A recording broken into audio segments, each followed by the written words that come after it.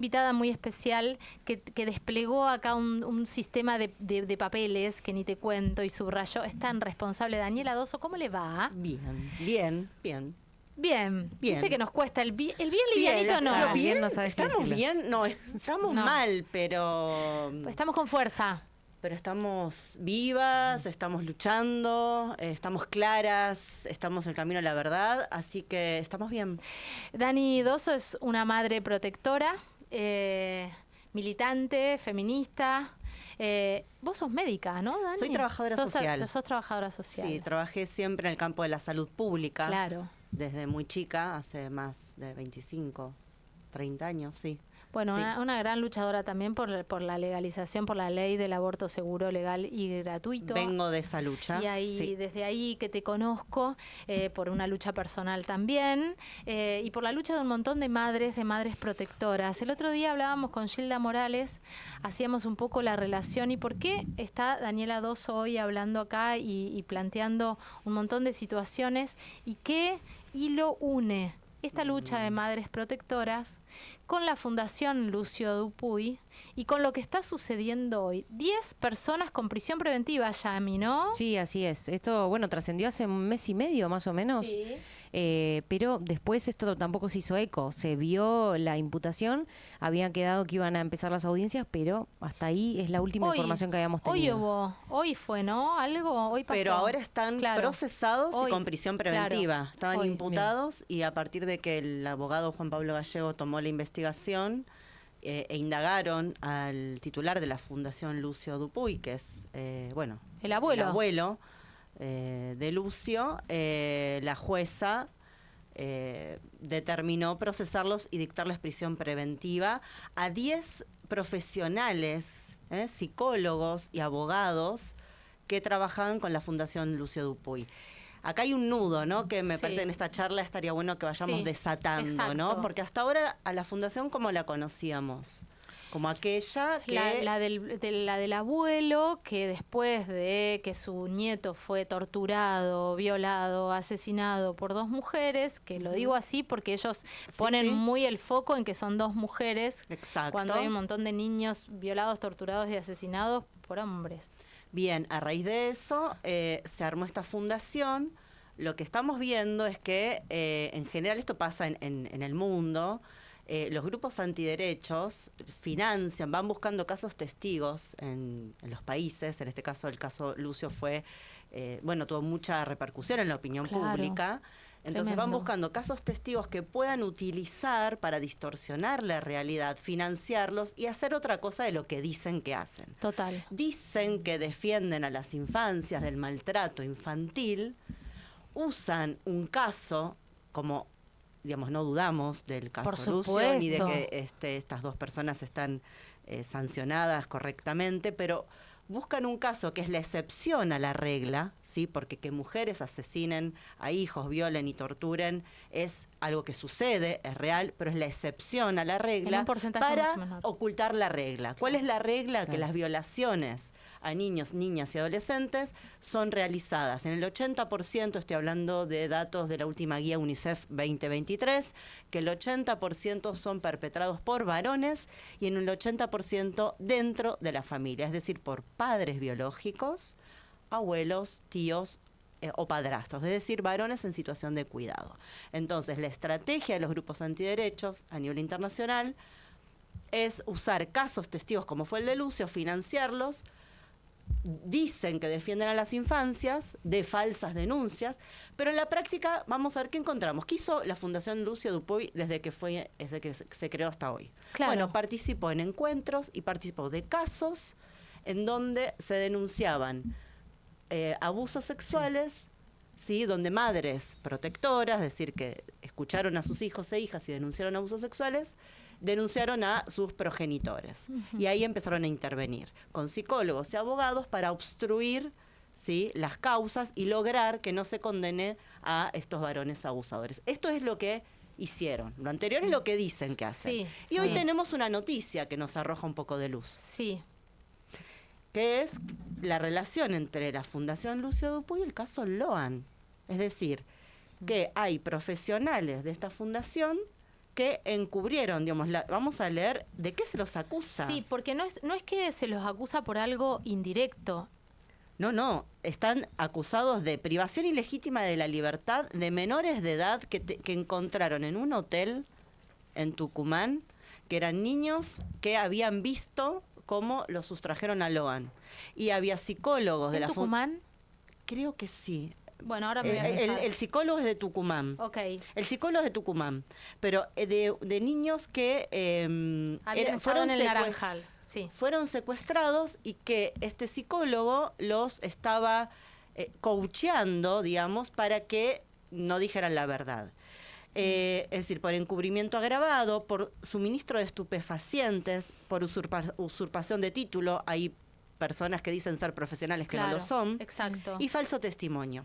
Es un montón lo que estamos diciendo. Sí. Y no es una persona, son 10 de la fundación. O sea, esto habla de algo medio sistematizado. Esto habla de un modelo, de un modus operandi, que hoy está en el ojo de la tormenta la Fundación Lucio Dupuy, ¿sí? Pero tenemos un montón de agrupamientos como esta, por ejemplo, Infancias Compartidas, Apadeshi, Con Mis Hijos No Te Metas, es decir, organizaciones que dicen defender las infancias, pero que en la práctica tienen abogados y psicólogos como la Fundación Dupuy que obstruyen las causas penales de violencia sexual contra infancias, que obstruyen la verdad, que obstruyen las pruebas. ¿Y cómo lo hacen? Usando a psicólogos que aplican el SAP, es decir, el síndrome de alienación parental, es decir, psicólogos que firman informes y dicen, esta niña que habló en cámara Gesell y dice que fue abusada por el abuelo, suponte, sí, en realidad lo que dice está inoculado por la madre, entonces falso, y lo firman. Entonces, lo que nos dice esta noticia de hoy es que esta Fundación Lucio Dupuy está articulada con otras. Y acá tenemos una jornada que se hizo en el Senado de la Nación como prueba de esto. A ver. Fue la semana pasada, 24 de septiembre, la semana pasada o la anterior. Qué bien poder clarificar un poco ese tema. Mira, fíjate vos, antes de que fueran procesados estos profesionales de la Fundación Lucio Dupuy, organizaron, la Fundación Lucio Dupuy organizó en el Senado de la Nación, esto es parte del lobby que hacen. Total. Bien.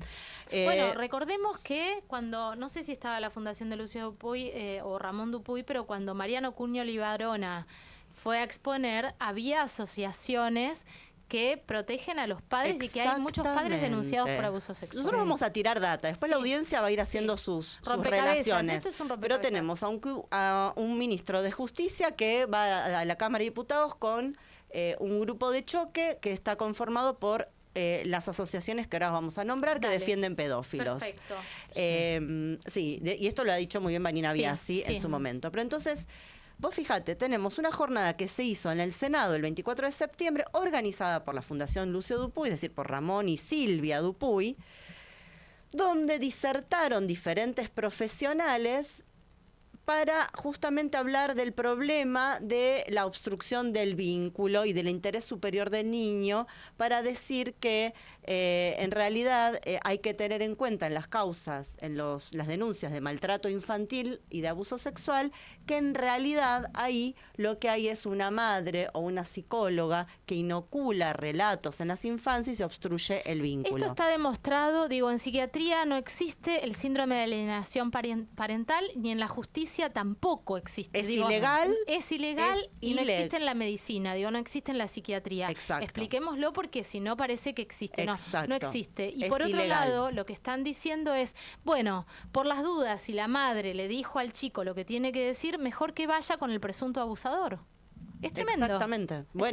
Y generando revinculaciones, que es lo que sucede en Argentina. Claro. Hoy por hoy tenemos un problema, que es que no se condena el delito de abuso sexual intrafamiliar o paterno-filial, no recibe condena, la mayoría se absuelven, se sobreseen por estas estrategias de estos grupos como el de la Fundación Dupuy, como estos otros que generaron esta jornada en el Senado, y luego tenemos no condenas y revinculaciones de niños y niñas. ¿Quiénes más estaban acá? Y bueno, y acá tenemos a alguien muy interesante, que es la licenciada María Fernanda Matera, que es, ya la venimos identificando desde la Mesa Nacional, desde las Madres Protectoras, que es una psicóloga de la justicia, perito oficial, que lograron poner los antiderechos de Cava, de la ciudad de Buenos Aires. Ella coordina todas las cámaras GESEL de los niños y niñas abusados de la ciudad, por decirlo así directamente. Sí.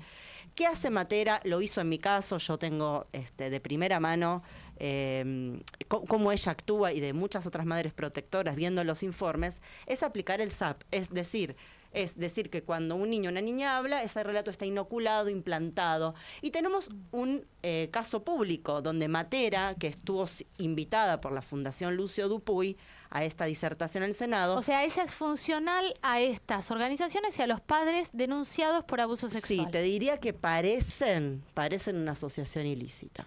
Parecen. Claro.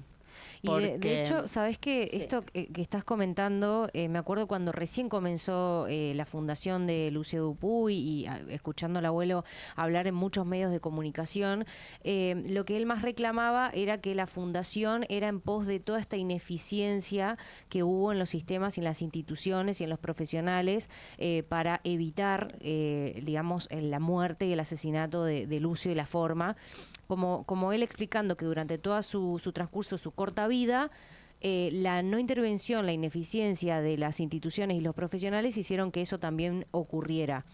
Y como lo estás contando, está utilizando la misma modalidad como si fuera del lado opuesto, pero en realidad no. Y tiene razón, la justicia fue ineficiente e ineficaz con Lucio, pero utilizan eso para hacer lo contrario, exactamente. Claro. Acá es muy importante que la audiencia y la opinión pública entienda que estos agrupamientos dicen una cosa y hacen otra, ¿sí?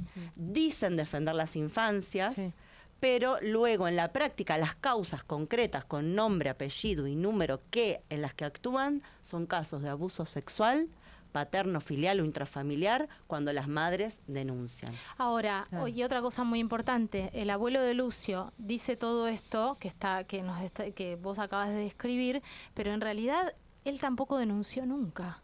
Tampoco hicieron una denuncia porque si hubiese habido una denuncia, ahí sí se podía ir contra la jueza, pero no había una denuncia de la familia de Lucio diciendo, che, mi nieto vino con golpes, pasa esto, como son las denuncias que hacen las madres. Mi hijo llegó dañado, llegó exactamente lastimado, llegó con indicios de abuso sexual. Sin embargo, se ve que alguien lo convenció a este abuelo ahora sí de ponerse muy activo y ser la cara de esta lucha ahora contra la falsa denuncia. Hablaste de un caso conocido, que se hizo muy conocido, de donde intervino Matera. ¿Cuál es? Claro, bueno, mira, si tenemos acá otra nota periodística donde cuando sobreseen al progenitor de Ana Chiara del Boca, la hija de Andrea del Boca, que fue un caso público, en esa causa el juez, que fue el juez Alejandro Ferro, que comparto ese juez, es el juez de mi causa, el que encubrió en el primer año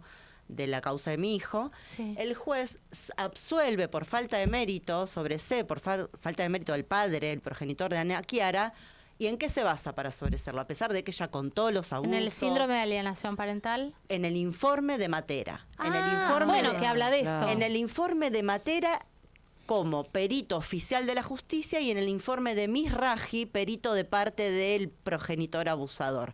Misraji es el que ahora, en noviembre es el que coordina el primer Congreso Internacional de Alienación Parental en la UBA, junto con organizaciones como Infancias Compartidas, Morelli, que fueron los que atacaron el caso de Arcoiris, con Mis hijos no te metas.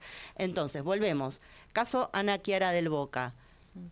Impunidad del abuso sexual contra esa joven, lograda a través de un informe en conjunto de la perita oficial Matera, quien estuvo disertando en el encuentro de la Fundación Lucio Dupuy, que hoy tiene psicólogos en prisión preventiva, psicóloga oficial, que fue la que dijo que lo que decía la joven, ella relató los abusos, como pasó tiempo, dice, lo tenemos acá, esa memoria pudo haber estado contaminada por la conflictiva familiar entre papá y mamá.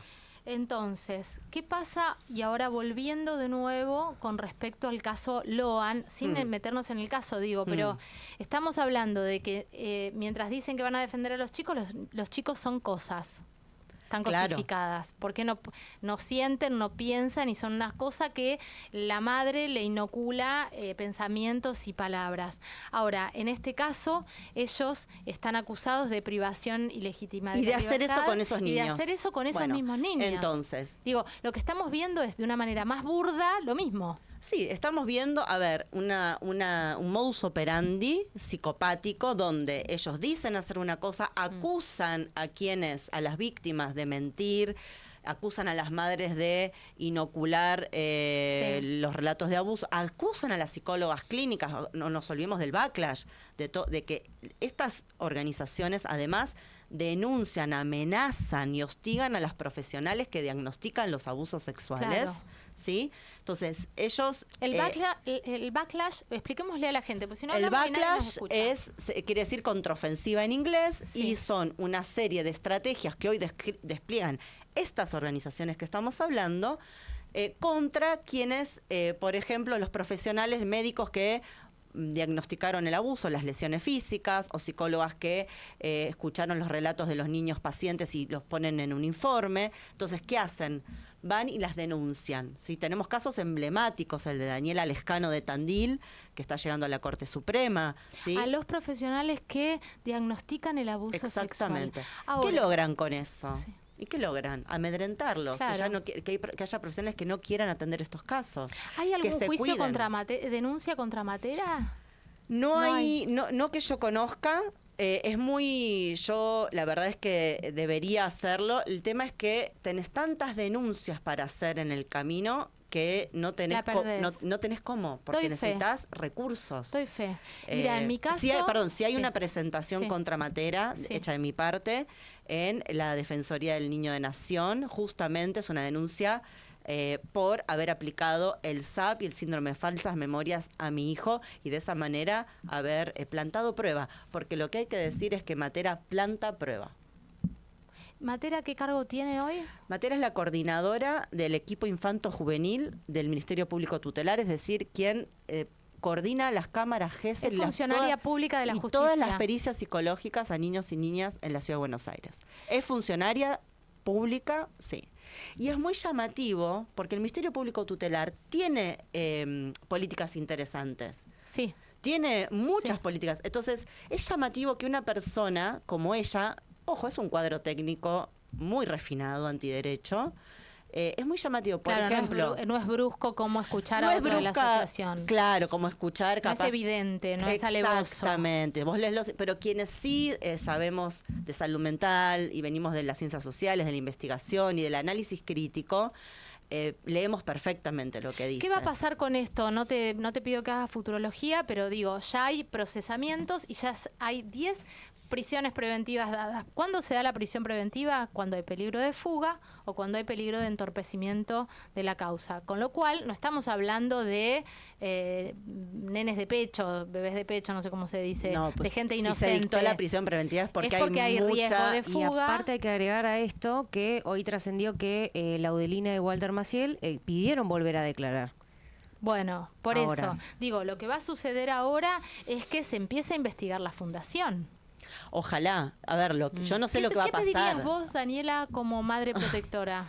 Nosotras con respecto a la fundación, que queremos y pedimos es no solo que se reconstruya la verdad en el caso de Loan, que es lo principal, sino que la justicia actúe con la debida diligencia reforzada en casos de infancias, como es su deber frente a las convenciones internacionales. Y con respecto a la fundación. Y que los investigue, y que además no solo investigue a la Fundación Dupuy, que investigue a todas las organizaciones que hoy están teniendo grupos de profesionales, abogados y psicólogos que encubren la verdad y que usando el SAP y aparte de manera ilegal obstruyen el proceso de acceso a la justicia. ¿Tenés duda de que estos profesionales hicieron lo que hicieron? Yo no tengo dudas. Porque yo los vi actuar en mi causa.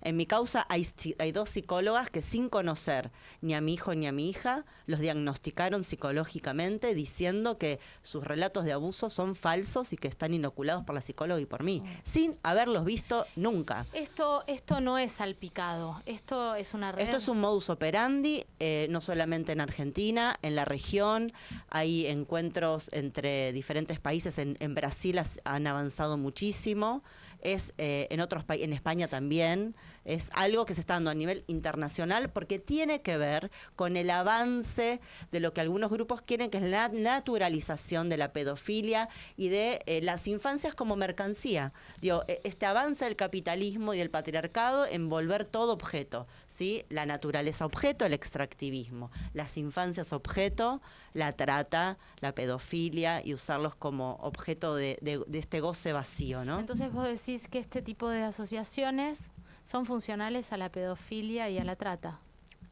Yo no tengo dudas de que tienen articulación material, porque además hay algo, hay una psicóloga clínica tucumana de la mesa que siempre dice que hay una relación directa entre el material pornográfico contra las infancias y el abuso sexual intrafamiliar, porque la pregunta es, ¿de dónde sale el material que es tan bien vendido y tan caro, que es el más caro, que es el material esto que casero? acabas de decir, que espero que sea título hoy, es importantísimo. O sea, hay una relación material entre los videos de contenido de abuso sexual de las infancias, lo mal llamado pornografía infantil, con los abusos sexuales intrafamiliares. Eso, hay una relación entre esos videos y estos padres, padrastros, abuelos que son denunciados por abuso sexual. Y estamos hablando de un negocio millonario. Entonces no solo hay intereses de cubrir por el patriarcado, no,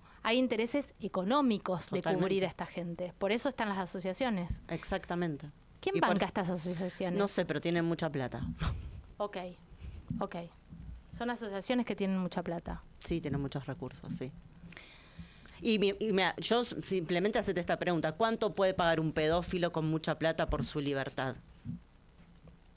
Claro. Un pedófilo denunciado, con pruebas. ¿Cuánto paga alguien que tiene mucha plata por no ir a la cárcel? Fortuna.